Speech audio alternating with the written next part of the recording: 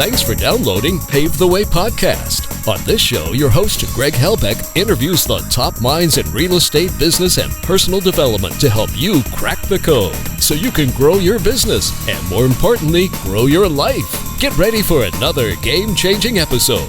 If you want to learn how to master your day and become a productivity monster, download Greg's free guide on daily personal productivity for free at www.pavetheday.com. That's Pave the Day, spelled DAY.com. Now it's time for today's episode. Enjoy.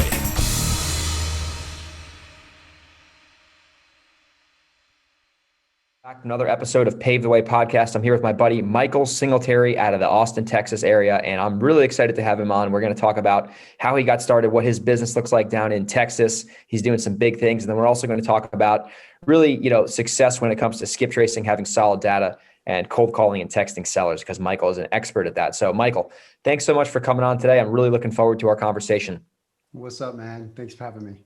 Awesome. So let's get right into it, man. I know you a little bit. We met at a mastermind a couple of years ago, and we've had a couple conversations, but I really don't know much about you and your background. So I'd like to kind of get into, what was Michael Singletary doing before he was a real estate investor? Yeah, that's a funny question, man. So I like to tell this story about me because it kind of gives other people hope, because it wasn't that long ago, probably about 7-8 years ago, when I started in real estate. And I remember sitting in RIA clubs and stuff like that, or talking to my friends that were in real estate and thinking that it was so far above me, right? I was in the hair industry for 25 years. I owned high-end hair salons, worked in high-end hair salons. I knew nothing about buying a house. I mean, I never bought a house, I didn't even know what wholesaling was, much less data, right? And so started about 7 years ago, got into it. And I think like most of us, whenever, I get into something, I'm just straight OCD and just dove right in, went straight into flipping.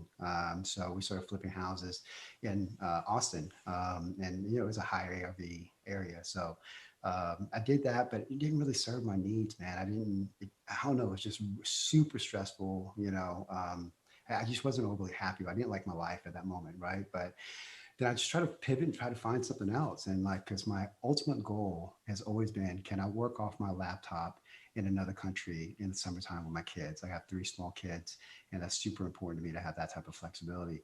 And so I got into the technology side, and now obviously we started Skip Force about 1.5 years ago, and haven't turned back. I mean, I still invest. We don't buy as high of a volume as we used to, but it still keeps me relevant, and it gives me the ability to talk to investors and know exactly what's going on.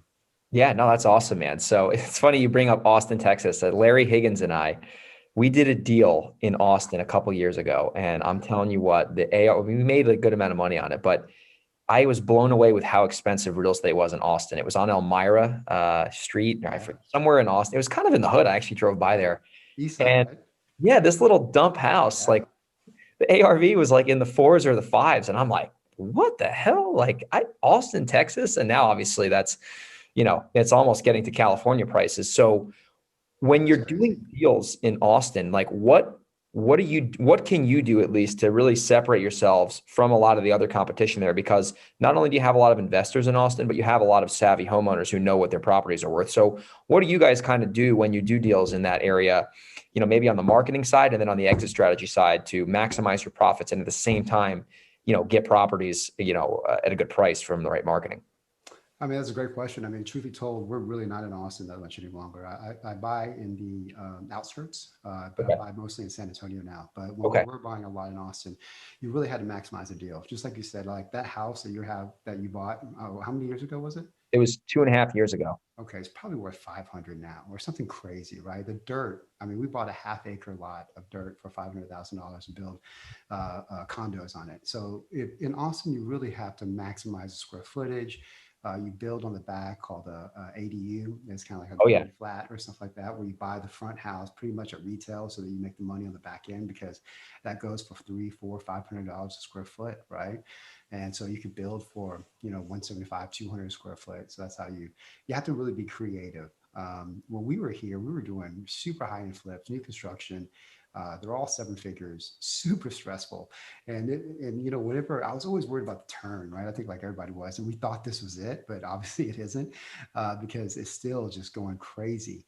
And for me at that time, I'm like, this wasn't if I need to pivot, I need to feel real comfortable in Austin. Now, I know other investors here that are totally crushing it. But for me, I just went over to San Antonio. It's right in our backyard. That way I could keep it as a rental. I could hotel it. I could wholesale it. I could do a lot of different things there, you know? Yeah, that makes sense. It's funny that San Antonio, I didn't know it was that close to Austin. I was in Austin and I met with my buddy and he lived in San Antonio. And I'm like, oh, he's like, oh, I got to drive home tonight. I'm like, oh, all right. Like, Yeah, what are dude. you talking about? He's like, yeah, San Antonio's like an hour away. And I'm like, what? Like, I thought San Yeah. Antonio was like 4 hours away, like by Mexico for some. I see my geography was obviously not on point at the time, but so you just made a good It's a point. trip, man. Austin's like a suburb of San Antonio. Yeah, right. Dude, You know what I mean? Austin, that was probably one of the coolest cities I've ever been to. And I was only there for a day and I was Yeah. there. We went out to like a cool little brewery, had dinner, and it was like such a trendy, cool town. I'm like, Yeah. man, I could totally like It's live. totally dope, man. I mean, we moved from Houston, so, and I love Houston. I have nothing bad to say about it, but Austin's a different animal. It's beautiful. The only other city that I actually, when I visit, I go, hey, I can move there, would be yours, in San Diego, right? Yeah. Otherwise, I really dig our city for sure. Yeah. Except for the taxes, you're going to pay Governor Newsom. I don't think you'd like that very much. No, I couldn't handle that. But property taxes here kicks our, you know what? Yeah. You guys make Yeah. up for it with the property taxes. That's awesome. So when you guys are doing stuff in San Antonio now, so what are your marketing, like, what are you guys doing when you're doing deals there? What are you guys doing on the marketing end to get solid deals in the pipeline? Yeah, cool, man. I mean, we started a cold calling company, so we've been in cold calling and text pretty heavily for the last 3 or 4 years, right? It's kind of how I got into skip tracing because we kind of started text 4 years ago. Not a whole lot of people were doing it at that time, but texting right now, things are changing drastically, as you probably already well know, and it's going to change quite a bit these next 12 months. So we went heavily into cold calling. We have about for our business, we have about 6 ISAs that work for us. We have about 18 ISAs total that works for the company. And then we do PPC. And then we also, we do a little bit of direct mail, but we kind of shut that off, truthfully. So it's heavily cold calling and PPC right now. Okay. And are you guys like with the cold calling, the thing I've done a lot of cold calling too, not at a mass scale like you, but are you like, what are you seeing like with on the cold call side? I'll give you an example. Like when I get a lot of good deals from cold calling, it's generally not the first touch I make with them. It's like the third or the fourth time we try to call them. They see that we're serious because we've called them a few times. And then from there, the sales cycle is a little bit longer, but man, we've gotten some home run deals from just cold calling. Like right now I'm doing a $40,000 banger up in New York and it was from a freaking cold call. And I'm like, what the hell? Like this guy answered the phone and he wanted to sell and it's an apartment building. And so what are you like, besides that, like, what are you guys doing to make sure that you're getting every single, ounce of juice out of those cold calling efforts and dollars? Yeah, for sure, man. It's a great question, by the way. I mean, I think that people, they quit too quickly on cold calling, right? So cold calling is a pipeline play, as you well know, as you pointed out, right? And you have to look at it like any other campaign. If you're looking at a direct mail campaign, that's a 6-month commitment, right? Oh You yeah. really want to effectively execute it. It's the same thing with cold calling. It's a pipeline play, and you're getting people on the cold end of the cycle. They're just raising their hand. A lot of times, they haven't even called anybody. They have postcards, but they haven't even reached out to anybody yet. So you're already building that relationship. So if you're expecting to close it right off the bat, very rarely does it happen. So if you want to be successful, it really has to do with everything has to do with follow up. You have to be super, super aggressive with your follow up, especially that first couple of weeks to establish that relationship. So if you don't have really strong AMs, or we use a lot of lead managers in that process, the prospector ISA brings it in. The lead managers really kind of follow up pretty heavily, and then if they raise their hand again, it goes back to the AM. But it's a heavy call rotation.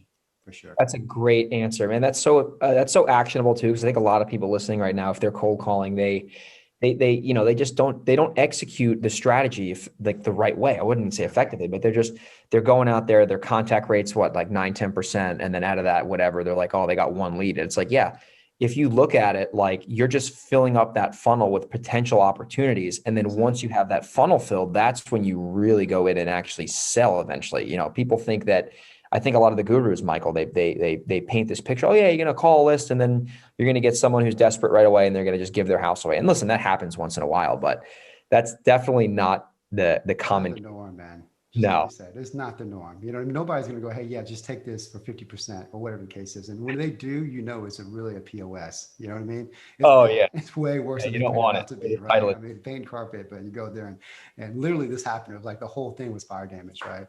But it's just one of those things that we like it because we get a hold of them. We're establishing a relationship. By the time another investor comes into the picture, we've already, you know, obviously built our rapport, all that stuff, right?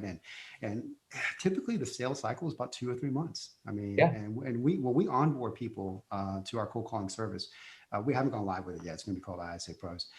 We have about 6 clients right now, so it's all still in beta. We always got to prep them, man. I think that's super key on the education portion of it. Whenever you're going in, it's like, listen, if you're expecting something the first month or this is deemed a failure for you, man, this is not for you, right? You Totally. got to give it 2 or 3 months. And then in 2 or 3 months, you start getting that traction because people are raising their hands. They already raised their hands and say, hey, I want to buy it I want to sell it at a discount. Then it's just up to you to walk them down to a reasonable number. Totally. And that's so true. And I love how you mentioned that because people think that cold call prospects aren't motivated for some reason, but I always say with people, like when you're marketing or you're in sales, it's like, think about what the customer is going through, right? So if there's all these marketing messages out there, not even in real estate, just any telemarketing company, if someone is even remotely interested in hearing your offer after getting a cold call, like clearly there's something going on there, especially if they're on a good list. So people they prejudge their leads a lot, Michael. And I think what happens is that they prejudge the leads and they don't think from their prospects perspective. Like, we've done deals off cold call where like it was a 3-4 month cycle, but it was a home run. And like the call was just step one. And once they were in the door, like you said, we sequenced them out through a certain campaign where they got, certain messages from us. And then ultimately they sold to us. And it's all about that sales process once they're in the door. And it's the thing I love about cold calling, and you obviously know this, it's like, if the objective is to generate a lead, if we're going to look at that as the goal, you can generate a lead on a cold call a lot cheaper than you can if you're bidding on pay-per-click or if you're, sometimes doing direct mail. It's And not even the same ballpark.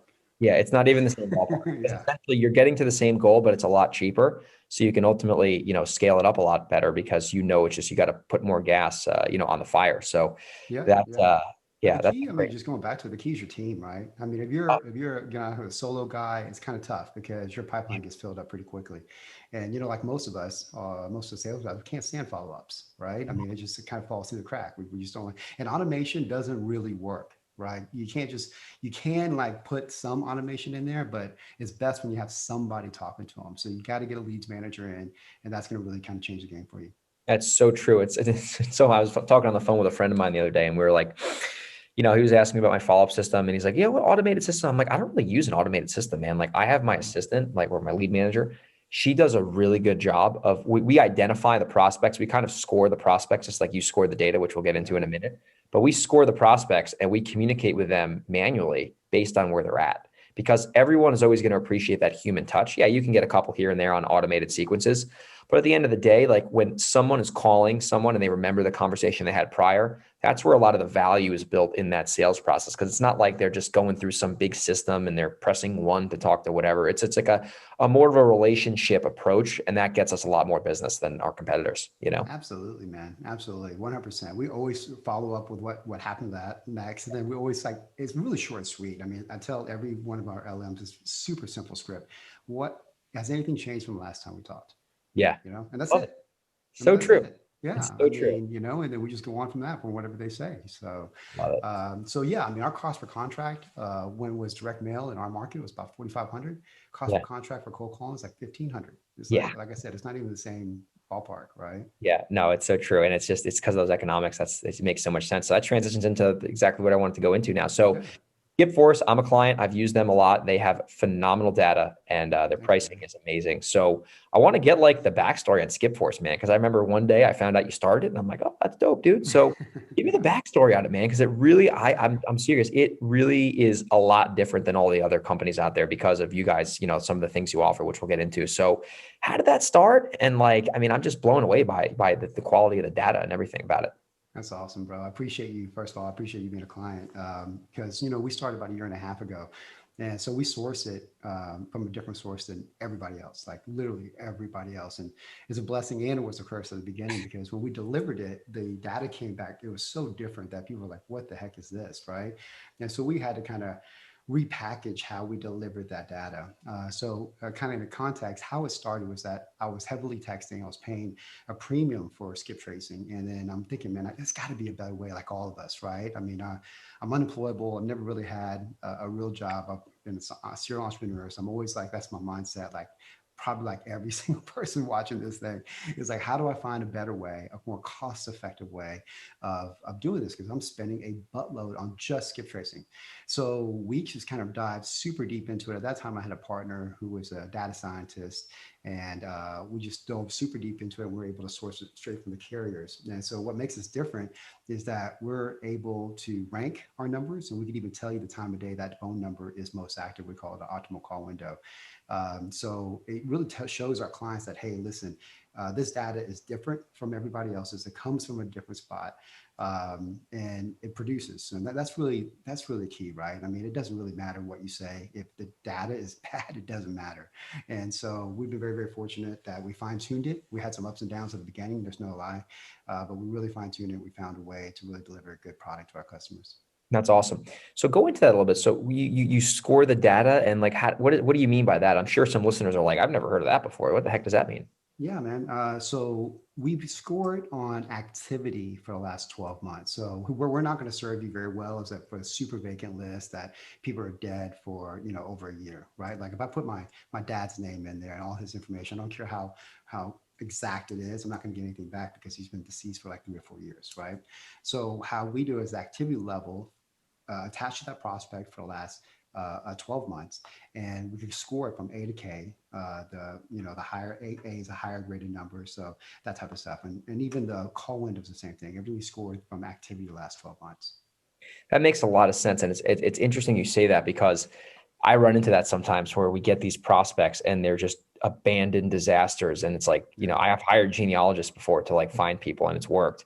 But when when it deep, bro.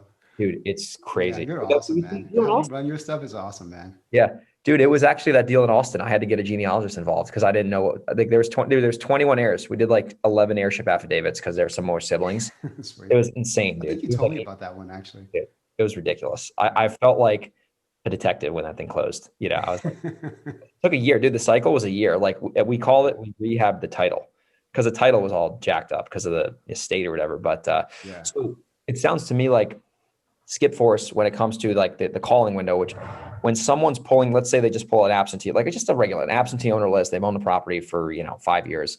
Now, assuming that those prospects have been active on their telephones, whether it's landlines or mobiles, that's where that scoring system, right? That's where that scoring system comes in. Then you can say like, you said there's a window where it's the highest probability they're going to answer the telephone. Is that what? Yeah. So I mean, it's a little bit advanced technology. Truthfully, very few people actually utilize it, right? I think most people utilize it on their follow-ups or something like that because it's super hard to kind of integrate into a platform. Like we use ZenCall, we're able to integrate it, but it's kind of cumbersome at this moment. Yeah. And I'm just not in the business to like develop another one, but we have found, because we've done so many, like millions, that you'll get an increase of about 10% connection ratio, which doesn't sound like much, but truthfully, man, that's a lot. It's double, time. man. You know what I mean? Yeah. Over time, it's a lot, right?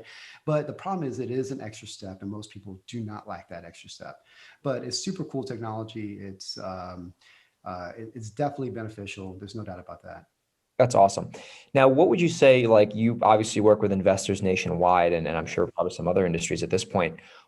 Generally speaking, what is the best time to usually call most prospects? I'm not going to say every prospect because that's different, but mostly what is a pretty good time that you've seen over using, millions of data sets is generally best to call somebody when it comes to, buying a house or potentially buying a house? Yeah, man. I mean, I think it's pretty standard, dude. I mean, I think it's like in the mornings. Obviously, we have a higher connection ratio around lunch and around 5 o'clock.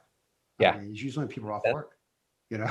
Yeah. So, yeah, I know. Right. I mean, so, in our call centers is the same. There's always, you have a spike, right around those times, you know, I mean, we're Yeah. still calling the rest of the day and stuff like Yeah. that. But even with our clients, like, you know, obviously your client, and we give you all the numbers and we're like, hey, listen, the ones that are A through E, categorized A through E, that we consider those the best numbers. We still think that you should call everybody. Right. Yeah. And I think a couple of clients made that mistake with our data. It's where they're, hey, I'm just going to focus on the A through E's. But the thing is, man, I mean, it's just like niche list or broad list, right? You're going to miss out on opportunities that somebody's going to raise their hand and such. And when it comes to cold calling or telecommunication marketing, it's really a shotgun approach, right? I mean, or you just run out of data.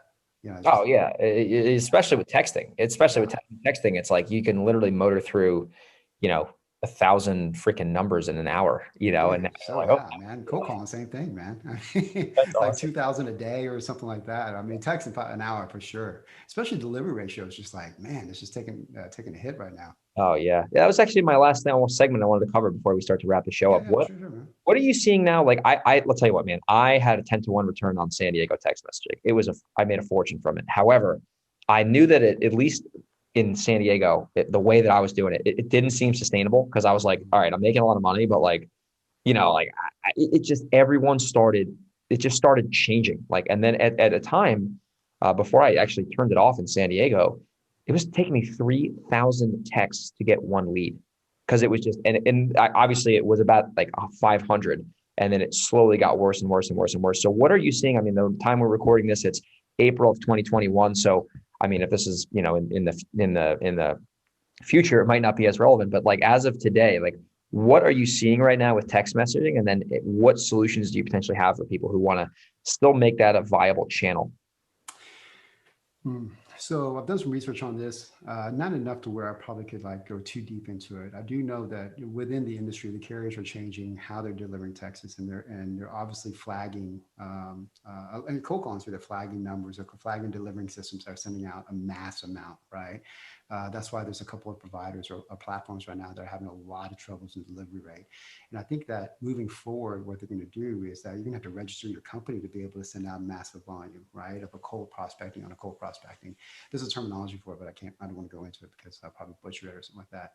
I think in the future, as a cold campaign, I don't know if obsolete is the right word. I just don't think it's going to be super effective. I think it's always going to be effective on a follow-up, on a Yeah. follow-up basis, right? But we started pivoting from it probably about 6 to 8 months ago, and went just heavily into cold calling. We just feel like that's a better medium, for that type of telecommunications marketing. Yeah, no. The thing I've noticed with texting too is that there's less resistance with texting than calling, right? Yeah. It's easier to text someone than to call. Man, call them. You got to physically like get on the dialer and like connect with them. But a It text is. And I message, think you should still do both, bro, because what we found is really kind of odd. Like, somebody, you call somebody and they're like, no, I'm not the owner. You text them and they're like, yeah, I'm the owner. Right. So I still think yeah, you should, if you can, if you have the bandwidth within your company, to go ahead and still incorporate both until they, until they change everything. absolutely. It's phenomenal. I think this is an absolute masterclass in telemarketing with an absolute expert. So I'm sure the listeners are salivating right now. So Too I guess funny. I want to always wrap this. I used to do this in the beginning on our podcasts, but I kind of stopped doing it for a while. I want to see if we can take all of the points and topics we talked about today and tie it into a specific deal that you did. And then we can talk about, how you found it, what channel, and then like the exit strategy. Oh, man. And then we'll wrap all this Oh, up. that's gonna be a tough one, dude. That's gonna be real tough. Yeah. Uh, okay, give me the template again.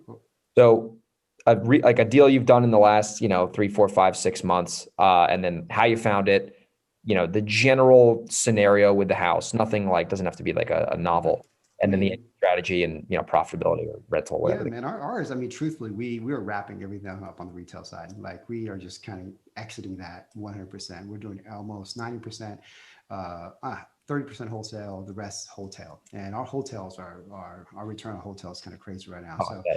almost 90% of our lead gen is cold calling. And so, well, we just wrapped up like two of them, that we're closing today. We're going to close two of them today. Both of them are cold calls.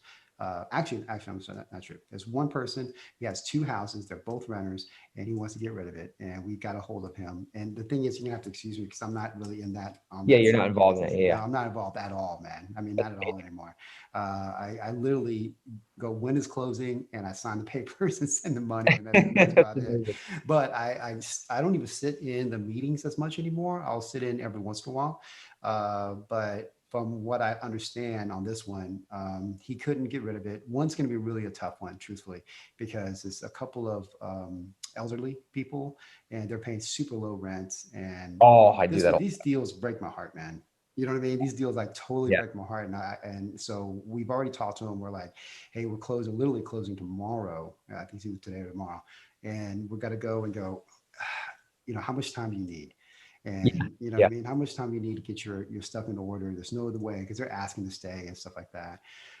But I mean, on average, and I think that we're going to hit this mark on both of these, our hotels are about $25,000 to $30,000. We just clean it up and put it right back on the market. We don't do anything. I literally do not do anything but clean it up and put it right back on the market. We just sold one yesterday. We made, I think, 38 on it, and exactly the same way. I mean, we didn't do cleaned it up. We just cleaned it up. And then put it back. We had 7 offers. It was crazy, right? But it goes back to what we were talking about earlier, man, where we got him out the colder end of the cycle. We built the relationship with him. This dude was in Virginia, right? He was in the mortgage business, so he understands real estate a little bit. He didn't want anything to do with it. It was vacant for 6 years. It was a cool little condo. And we've been talking to him for 3 or 4 months. I actually closed this one, so I could actually say about this one. But I just built that relationship, and he had other investors that tried to talk to him. He didn't really like them, so it has that personal touch always. He trusted us. He knew that we would close, and we did. And he was happy. And we were happy. Yeah. Problem solved. I love it, man. I love it. And I hope I answered that question right, man. You answered that question. I'm not in that much anymore. I miss the sales, dude. I do miss that portion of it. Yeah. Yeah. No, you answered that. Master at that, man.